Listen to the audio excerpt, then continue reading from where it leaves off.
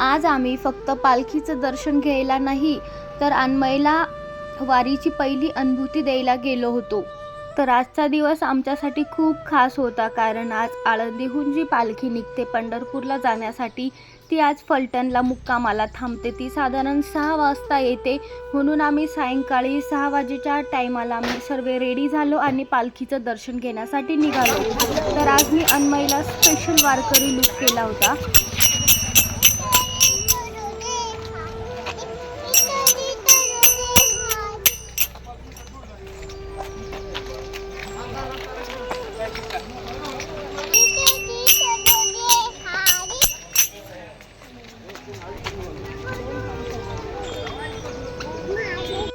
अन्मयला वारकरी look करताना एक मनात वेगळाच असा आनंद होत होता।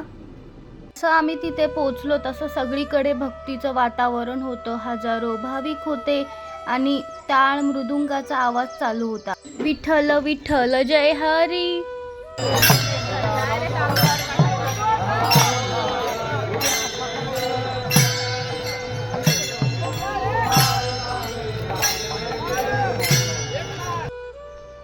पालखी पुढे निघाली, मग आम्ही पण विचार केला की दर्शन तर घेऊच, पण थोडंसं का होईना पालखीच्या मागे चालण्याचं भाग्यही मिळेल आपल्याला। मग आम्ही पालखीच्या मागे काही अंतर चाललो आणि काही पावलं होते ते पण मनाला मात्र खूप मोठा आनंद भेटत होता।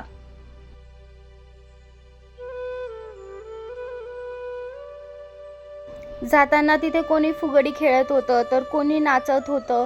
खूप भारी असं तिथलं वातावरण होतं, भक्तिभावाचं। सर्वीकडे विठ्ठलाच्या नामाचा गजर चालू होता। विमानतळावर पोहोचलो तर तिथं इतकी गर्दी होती, खूप गर्दी होती। तर त्या गर्दीमध्येच कसं बसं आम्ही दर्शनाचं घेतलं। आरती झाली, आरती केली।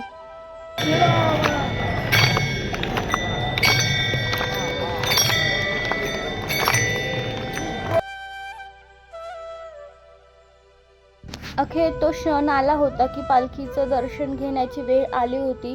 पण हजारो भाविकांच्या गर्दीतही दर्शन घेताना एक मनाला वेगळी शांतता मिळत होती, एक वेगळंच सुख अनुभवायला मिळालं।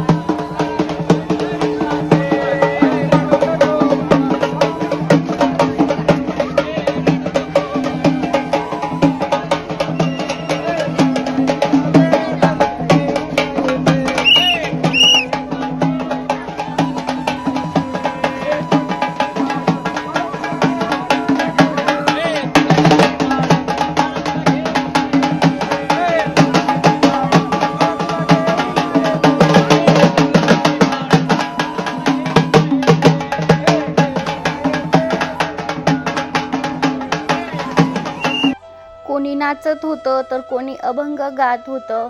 ते सर्व भक्तीचं वातावरण बघून मन एकदम रमून गेलं होतं। तिथं खूप भारी वाटत होतं। गर्दी खूप होती पण त्या गर्दीमुळे काही असा त्रास झाला नाही, छान वाटत होतं। दर्शन झाल्यानंतर मग आम्ही परतीसाठी निघालो। जाताना छोटे छोटे दुकान लागले, मग अन्मयसाठी काही छोटी छोटी खरेदी केली। अन्मयला काही वस्तू घेतल्या, काही घरातल्या वस्तू घेतल्या आणि मग आम्ही हळूहळू निघालो। अन्मयला मजा येत होती एवढे सर्व वातावरण बघून आणि त्याला आनंद होत होता, ते बघून आम्हालाही छान वाटत होतं। मग त्याला काही काही वस्तू घेऊन दिल्या, काही आम्हीही घरासाठी वस्तू घेतल्या आणि निघालो।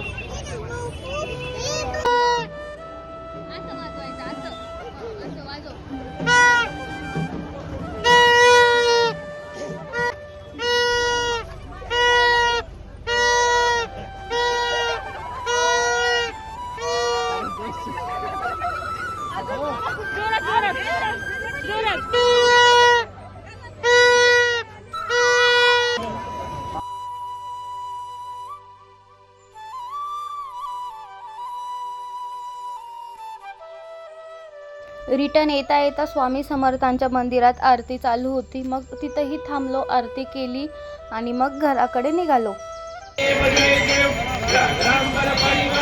सुंदर मदनारी पंचामन मन मोहन मुनि जन सुखकारी सदकोटी